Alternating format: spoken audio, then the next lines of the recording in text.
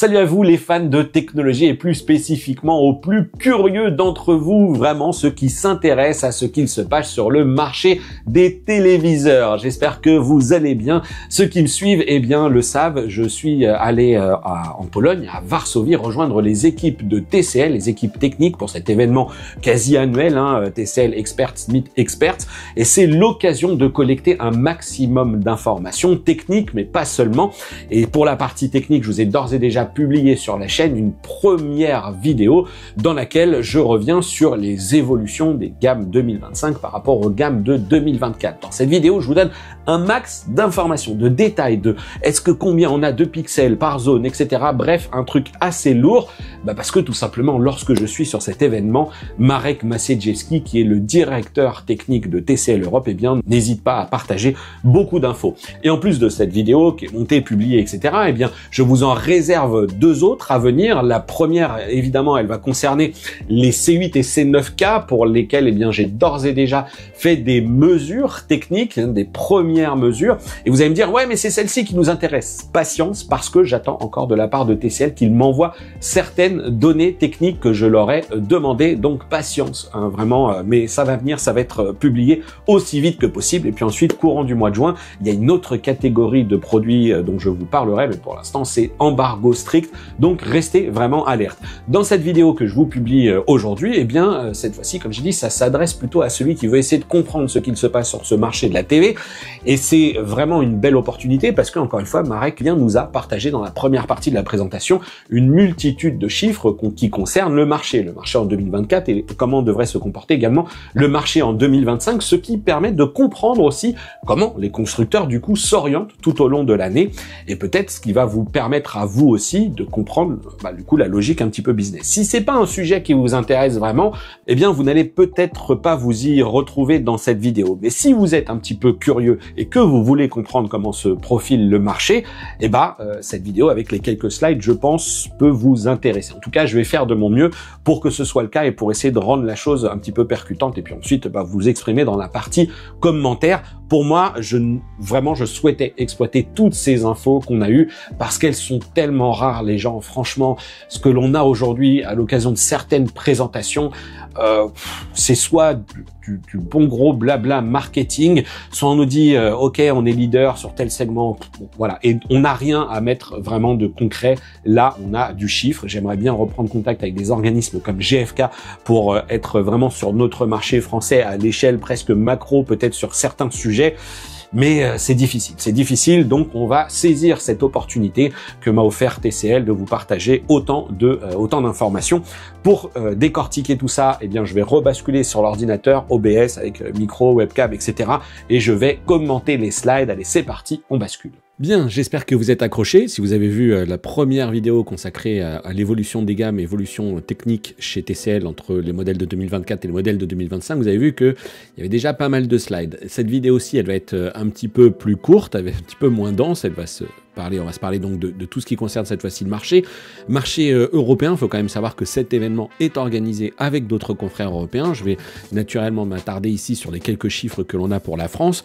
J'ai pas discuté concrètement avec Marek de la vision qui nous concerne spécifiquement sur notre marché par rapport au classement. Le dernier classement en date que j'ai moi en tête, eh bien c'est toujours Samsung, leader, comme je le disais, depuis 19 ans sur le segment de la télé. Ensuite, on peut considérer que LG, de son côté, est leader si on prend la technologie OLED, mais il dégringole bien plus bas lorsque l'on prend une vision plus globale de toute technologie confondue, puisque c'est plutôt TCL, qui est numéro 2, qui se bagarre avec Hisense si on intègre à l'intérieur ou non la marque Toshiba. Sinon, ils sont troisième, sinon ils sont second. Et puis, on sait qu'ensuite, il y a des critères de deuxième sur les téléviseurs de très grande taille, de plus de 100 pouces. Bon, il y a toujours des petites subtilités. Mais chez nous, sauf erreur de ma part, le dernier classement que j'ai en tête, eh bien, c'est plutôt Samsung numéro 1, TCL numéro 2, Hisense numéro 3, LG en numéro 4.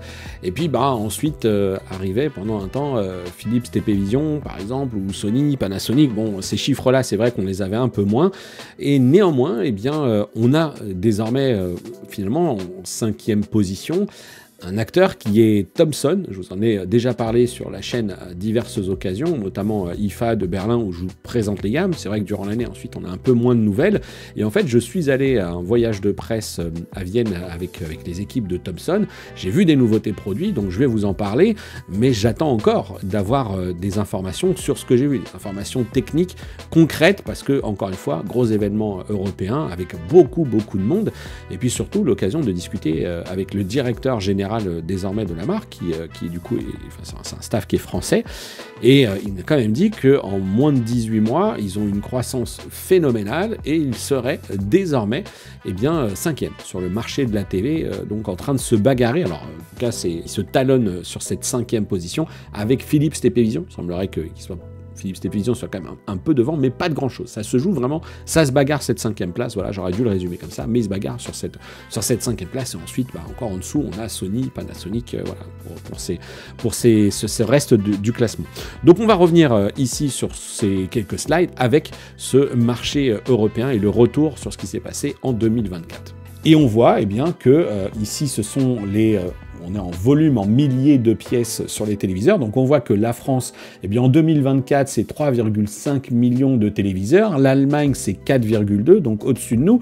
La Pologne, c'est un peu moins d'1,6. L'Espagne, 3,4. L'Italie, 3,5. Les Nordiques 1,5 et UK, on est sur 5,58. Donc le classement n'a pas évolué, c'est toujours UK, Allemagne et la France, mais on voit qu'on commence à être challengé par des marchés comme l'Italie et l'Espagne, et puis on a les Nordiques, on va le voir un petit peu plus loin, qui affichent vraiment une croissance assez impressionnante. Donc je vous laisse décortiquer cela, si vous le souhaitez, vous l'avez désormais cette slide. Ce qui est intéressant, il y a quelques petites choses sur lesquelles peut-être vous pouvez vous attarder, c'est qu'on a 3,55 millions de pièces vendues, vous avez là le volume en 2024. Alors c'est des milliers de pièces, donc on est sur 249 000 téléviseurs OLED, visiblement, si on en croit ici les chiffres qui nous sont partagés. Et ensuite, on a l'ASP, qui est l'Average Selling Price, donc le prix moyen de vente. On voit qu'on est sur un prix moyen catégorie LCD et OLED de 527 €. Comme je vous le disais l'année dernière, que même en début de cette année, que le prix moyen était encore plutôt aux alentours des 500 €. Là, on le retrouve ici, on est à 527, ça grandit. On voit que sur les marchés voisins, certains sont au-dessus de nous. En Allemagne, on dépense un petit peu plus. C'est pour ça aussi, petite parenthèse, mais quand on a des prix qui sont partagés par certains médias, par exemple, qui nous disent, bah tiens, LG a publié ses tarifs, en précisant bien tout à la fin qu'il s'agit qu'en fait, c'est les prix en Allemagne et que du coup, ils sont effectivement plus chers que chez nous, bah là, on voit clairement que le prix moyen, il est plus cher. Il est plus cher non seulement sur l'OLED, puisque eux sont sur du 1584 € et nous, on est sur du 1495 €. Et là, pour le coup, où on est à moins de 500 €, eh bien, c'est sur le prix moyen des téléviseurs LCD. Aussi, ce qui est intéressant de noter, c'est qu'on a la Smart TV, donc qui représente 87% du marché. On est aujourd'hui même sur des petites tailles. On a des téléviseurs qui sont connectés. En Allemagne, ils sont à 98%. Attention, ils ont peut-être des choses qui tournent avec d'autres systèmes d'exploitation qui ne sont pas du Google. On sait que, par exemple, on va avoir des OS comme TiVo OS qui vont débarquer chez certains constructeurs, notamment Panasonic par exemple, mais aussi chez Thomson, qui vont apporter de la connectivité à des téléviseurs un petit peu plus d'entrée de gamme. Donc ça va renforcer un petit peu cette logique de volume de téléviseurs Smart TV. L'Ultra HD représente 68%. Et puis, le mini LED représente 3%. Les téléviseurs de 55 pouces et moins représentent 42%. Bah oui, avec un prix moyen global de 527 €, on voit bien qu'on ne peut pas non plus être sur des choses complètement dingues. Voilà pour ce premier slide. Mais alors du coup, à quoi faut-il s'attendre en 2025 ? Le 2025 a commencé, mais naturellement que ces marques-là font des projections. Et là, on passe de 3,55 millions d'unités à 3,51. Le classement reste sensiblement le même. Est-ce qu'il reste le même ? Oui, d'ailleurs, il reste le même, puisque l'Italie ne nous a toujours pas rattrapé, l'Allemagne reste devant, les Nordiques sont toujours à 1505, alors je vous avais dit qu'ils étaient en croissance, 1520, alors visiblement, on nous a dit que c'était de la croissance. Bon, ils prévoient peut-être un petit peu moins d'unités, mais on va le voir juste après avec les courbes, que c'est quelque chose qui tente à montrer quand même qu'ils sont plutôt pas mal, ils sont plutôt en phase d'acquisition. Et les prix moyens, visiblement, n'évoluent pas des masses. On reste sur du 527. Voilà, donc ça aussi, vous pouvez regarder si vous le souhaitez. C'est un petit peu la projection avec peut-être... ici, il faut regarder, on est sur 24% de 55, on est sur 12% de 65, et sur 75 et 70, on serait sur 9%, donc 24, 12 et 9, et là on est à 24, 11 et 7. Donc on voit que le 55 reste visiblement sur ces mêmes volumes, ça doit descendre un petit peu quelque part, mais les grandes tailles qui vont se répartir naturellement sur les téléviseurs HDR et White Color Gamut pour d'autres technologies, tout ça, ça va continuer de grandir. Donc on devrait arriver sur un marché qui va talonner les 10% sur les téléviseurs LCD mini LED. On verra réellement si c'est le cas à fin 2025. Et on va aller à la slide suivante qui donc rejoint un petit peu le propos que j'avais commencé à aborder juste avant. Je masque les caméras. Et donc là, on est en volume et valeur sur les segments en 2024 et 2025. Forcément, les produits à faible coût occupaient 67% de part de marché. En 2025, ça va rester sensiblement la même. On devrait être a priori les projections à l'heure actuelle, puisqu'on n'est qu'au mois de mai, sauf gros changements, ils estiment que ça sera sensiblement la même chose.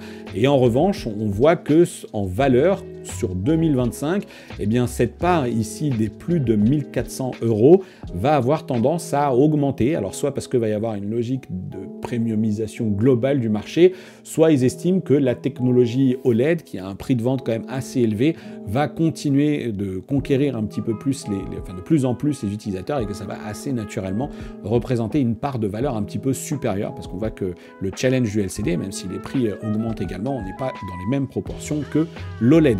Dans cette partie centrale de la slide, on bascule cette fois-ci sur une logique de volume. Attention, on n'est plus là sur du pourcentage.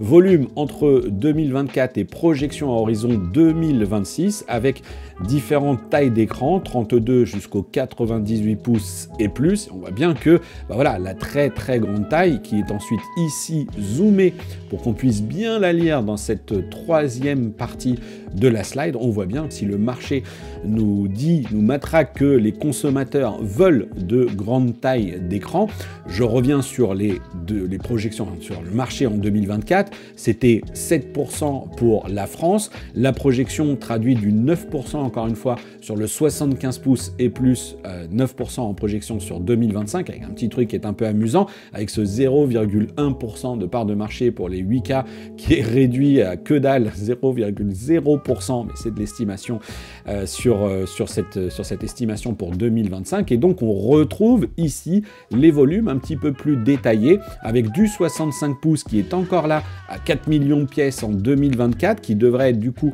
un petit peu moins de 90% ici sur la partie également 65 et 60 pouces, 60-65 pouces, et le 75 qui va gagner du terrain. Bon, sans surprise, on va passer de 1,39 à 1,74 millions d'unités, et puis un 85 qui, là, comme vous le voyez, a quand même une croissance assez importante, 980 000 à 1,47 million, et le 98 également qui lui aussi grandit gentiment. Donc une estimation de moins de 10% de part de marché pour ces très très grandes tailles, comme je vous l'avais déjà dit au moment de la conférence du mois de mars, une discussion que j'avais eue avec Marek, qui nous disait oui, clairement, le marché va vers de la plus grande taille, mais attention, c'est pas encore ce qui représente le gros du volume, a fortiori comme on l'a vu, avec un prix moyen qui reste aux alentours des 500 et quelques euros. Là ici c'est la fameuse courbe des Nordics, que je vous disais qu'eux sont vraiment un peu au-dessus du lot, mais en même temps j'ai l'impression qu'ils reviennent un peu de loin. Puis nous, la France, on est ici, on est là en plein milieu, voilà, de ce qui se passe, et puis en fait on est, souvent, j'ai l'impression, ici en 2021, on était un peu en dessus en Europe, et puis voilà, on talonne un petit peu le niveau de conso moyen sur le marché européen. Très rapidement ici aussi, si vous souhaitez faire une petite pause également, et bien là encore, on zoome encore un petit peu plus de manière macro sur ce marché à moins de 500, enfin aux alentours des 500 euros, et même moins de 500 euros également. Vous voyez qu'on a quand même une grosse domination encore de cette partie-là à 750 à 1000 euros sur les technologies LCD. Je pense que ici on est sur le mini LED, le QLED, le LCD, et ici l'OLED, donc en 2025, avec des prix compris donc à moins de 1000 euros. Et ensuite, on va avoir l'OLED ici qui va se tenir. Là, si on fait l'addition, on est à 850, on ajoute, on est à 1150, ici on est à 1 million, enfin on est à 1 150 000 pièces, ici on est à 1 million 100 000 pièces sur ce créneau, sur cette fourchette des 1000 à 1500 euros, et ensuite on voit que sur sur les prix supérieurs à 1500 euros, l'OLED occupe pas mal de place. Beyond 2025, les flagship technologies, grosso modo, on va rester encore sur ces technologies qui sont là, hein, le White OLED, le Quantum Dot OLED et le Mini LED, bien entendu aussi la technologie LCD non Mini LED, comprenez, donc voilà, rétroéclairage LED classique, etc. Donc ça va être encore ces trois grandes technologies qui vont le plus évolué, je pense, et on voit bien que eux considèrent que la technologie White OLED, qui est une technologie émissive, eh bien, a un coût qui est soit very high, soit extrême au-delà des téléviseurs de 77 pouces, clairement. C'est vrai que quand on est sur 77, 83, 97, ça commence à représenter des coûts très importants. Et voilà, on est sur des luminosités qui sont aux alentours des 350 à 2500, et on voit ici que sur le full white, donc ce pattern à 100% blanc, on est sur 800 et plus de 3000 nits avec effectivement des volumes couleurs qui ont tendance à être supérieurs. Donc ça aussi, c'est des petites choses que vous pouvez éplucher si vous le souhaitez, avec un joli reflet ici des téléviseurs qui étaient autour de nous. Les modules micro LED, clairement, ils nous ont dit c'est pas pour tout de suite, c'est encore très cher. Ils affichent ici du 700 $ par pouce. Je pense qu'on se parle d'un prix hors taxe ou pas, mais en tout cas 700 $ par pouce. Souvent, on sait que c'était un prix de 1000 $ qui était évoqué. Bon, ça reste encore très très cher. Et surtout, il y a un élément qui, encore une fois, que je vous avais déjà un peu dit sur la chaîne et que j'aimerais bien le faire, j'aimerais bien vous le faire, ce sujet, c'est qu'en fait, cette technologie, elle offre encore un contrôle de la diode assez compliqué, et en fait, pour tout ce qui est zone sombre, les dégradés, c'est pas génialissime. Mais j'y reviendrai, je ne vais pas trop m'étendre là-dessus. Ensuite, on a l'Inkjet Printed OLED, et là aussi, Marek nous a dit, ouais, ça va arriver de toute façon par l'IT, et il me dit, je suis bien incapable de vous dire quand est-ce que ça va arriver sur les très grands écrans, et juste après cela, eh bien, je vais revenir sur une petite vidéo qui a piqué mon attention au vif. Donc ce sera du 42 à du 98 pouces, mais sur les plus grandes tailles, il nous dit voilà, quand est-ce que ça va arriver en mass prod. Bon, voilà, on n'y est pas tout de suite, et pour l'instant, ça va plutôt être sur l'IT. Le single micro LED, c'est pareil, c'est un truc qui sera plutôt consacré à des écrans de plus de 100 pouces, et là, alors c'est complexe, c'est très cher, on est vraiment dans quelque chose de très très lointain. Et donc je voulais revenir maintenant sur cette vidéo qui se tient en fait à l'occasion de la Display Week, la SID. Et en fait, cette vidéo, vous pouvez la retrouver sur TCL, CSOT. Je voulais vous en faire un petit sujet. Je me dis, c'est pas grave, je vais le glisser là. Parce que dans toutes les annonces qu'ils ont faites, vous voyez, il y a plein de choses là. Ils reviennent sur plein de technologies, technologie HVA, etc. Bon, j'essaierai moi de vous décrypter un petit peu cette vidéo dès que j'aurai le temps. Voilà, donc on voit des choses qui sont très très sympas, avec des petits écrans. Ça, c'est vraiment TCL, CSOT.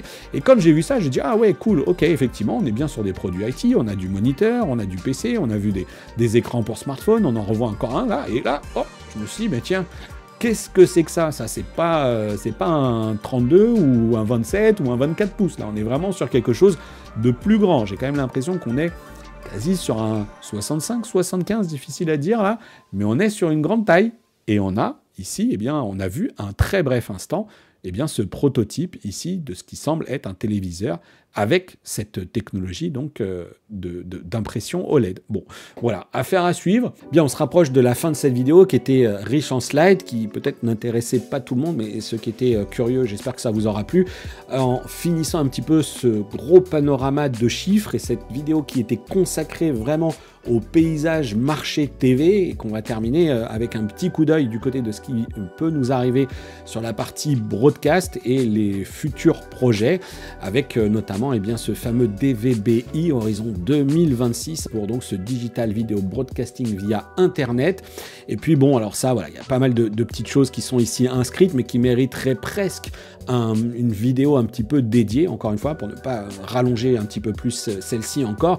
Et il y a peut-être un truc qui va être intéressant, selon en tout cas Marek Maciejewski, qui nous partage ici cette info, donc Product Development Director Europe chez TCL, qui là clairement semble nous dire que les contenus 1080p HDR seraient ce qu'il va arriver de manière un petit peu plus massive que les choses que l'on a en phase de test, par exemple du côté de chez France TV, par la logique de notre tuner TNT, enfin par l'entrée du tuner TNT, les canaux 52, 53, avec ces boucles de démo ou ces couvertures même d'événements comme Roland Garros, etc., sans doute très prochainement du coup.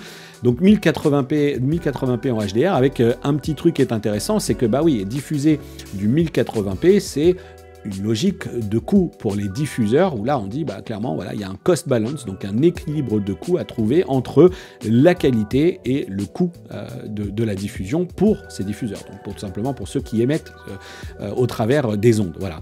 Et ensuite, eh bien, on a la dominance de ces contenus HDR qui vont arriver. Alors, il y a des tests en 4K HDR, mais visiblement HDR wins, donc au sens 1080, 1080p HDR wins over Ultra HD SDR, donc le 1080p en HDR pourrait l'emporter sur l'Ultra HD 4K, donc en SDR. Donc voilà, là c'est un choix, c'est-à-dire qu'on aura des diffusions en HDR, mais visiblement en 1080p, d'où quand même la nécessité d'avoir une logique de processeur d'upscaling qui soit intéressante, surtout si on va vers de la très très grande taille d'écran. Là aussi, on a cette slide qui est intéressante parce que ça remet un petit peu de contexte sur ce que l'on reçoit encore une fois et qui du coup parfois est soumis au travail de la télé. C'est-à-dire que clairement, on n'a pas encore des trucs magnifiques qui nous arrivent, et donc il est important d'avoir des téléviseurs qui travaillent bien. Et là-dessus, TCL et ses puces, ils ont du boulot aussi, sans doute. Bon, en tout cas, on a des boîtiers intermédiaires qui peuvent fonctionner. Vous parlez souvent de l'Apple TV comme étant une référence, mais il y en a d'autres. Et il y en a d'autres, notamment lorsqu'il s'agit de recevoir ces chaînes TV, avec ici 35% sont des HDMI set-top box, donc qui diffusent ces contenus en 16/9. Et les contenus que l'on a par nos box opérateurs, eh bien, c'est de la HD SDR à 80% et ceux de la SD SDR à 10%. La logique du broadcasting HDR HLG ne représenterait que 10% des contenus streamés par les set-top box. Donc c'est quand même pas grand-chose du tout. La TNT, eh bien, c'est à 70% HD SDR, 25% SD SDR et 5% HLG. Et là, enfin, la logique, cette fois-ci, streaming dans ce format 2 pour 1 à 30%, on voit qu'on a du Dolby Vision à 10% qui l'emporte assez largement sur ce HDR10+ à 2%, 10 pour le Dolby Vision, 2 pour le HDR10+. Je ne sais pas encore si ils avaient intégré notamment le passage au HDR10+ de Netflix, est-ce que ça pouvait représenter, j'ai pas pensé à poser la question à ce moment-là, mais voilà, encore une fois, vous avez ici un petit peu les proportions de ce que ça représente, et ce sont tous ces paramètres-là, qui dessine les besoins que l'on a dans son téléviseur et comment les constructeurs, en tout cas de l'avis de TCL, comment ils font eux pour se focaliser sur ce qui compte, ce qui est important, que ce soit l'upscaling de sources SDR en 1080p, que ce soit l'optimisation par le biais de traitement d'intelligence artificielle, que ce soit la capacité du TV à produire une image lumineuse et à embarquer un bon système anti-reflet, par exemple, pour se comporter de la bonne manière pour diffuser des contenus TNT en pleine journée, réduire tout ce qui est input lag et optimiser l'expérience gaming avec de bons systèmes de variable refresh rate, de la montée également sur du 144 Hz, multiplier la compatibilité également avec les formats HDR pour que ce soit HDR10, Dolby Vision et HDR10+, et enfin également apporter cette compatibilité AirPlay Chromecast, et ce qui donne donc naissance à ces séries C6, C7, C8, C9 en 2025. Pour conclure, dernier point, c'est la vision cette fois-ci globale, au-delà de l'Europe, où on sait que nous, on travaille sur cette logique de specs qui vont toujours plus loin, avec cette fameuse fidélité des couleurs, etc. Et du coup, par exemple, chez nos voisins du côté des US, on voit que eux, le format 98 pouces, c'est quelque chose qui est classique.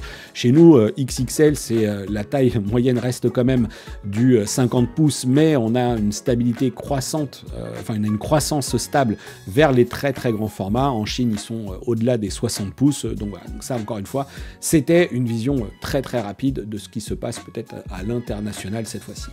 Voilà, c'est fini pour cette vidéo. J'espère qu'elle vous a plu, qu'elle vous aura intéressé, que vous aurez compris que toutes ces informations, eh bien, il est tellement rare qu'on les ait que je souhaitais les partager avec vous. Alors, peut-être que sous un format vidéo, ça s'y prête un peu moins que dans un format article, mais vous êtes sur YouTube et vous me suivez pour en savoir toujours plus, notamment sur ce marché de la télé. Et puis en plus, je vais y revenir et vous avez d'autres vidéos à retrouver sur tout ce que j'ai pu voir chez TCL, hein, donc à Varsovie, en Pologne, avec les équipes de TCL. Je n'ai pas encore tout mis en boîte, tout n'est pas encore disponible, donc n'hésitez pas, pour suivre toute cette actualité, eh bien il faut vous abonner, cocher la cloche des notifications, n'hésitez pas à me suivre sur mes réseaux sociaux, à nous rejoindre également sur le groupe de discussion Discord, tous les liens sont dans la description, et puis vous allez voir qu'on va se parler sur la chaîne, je vais revenir sur C8K, C9K avec les premiers résultats des mesures.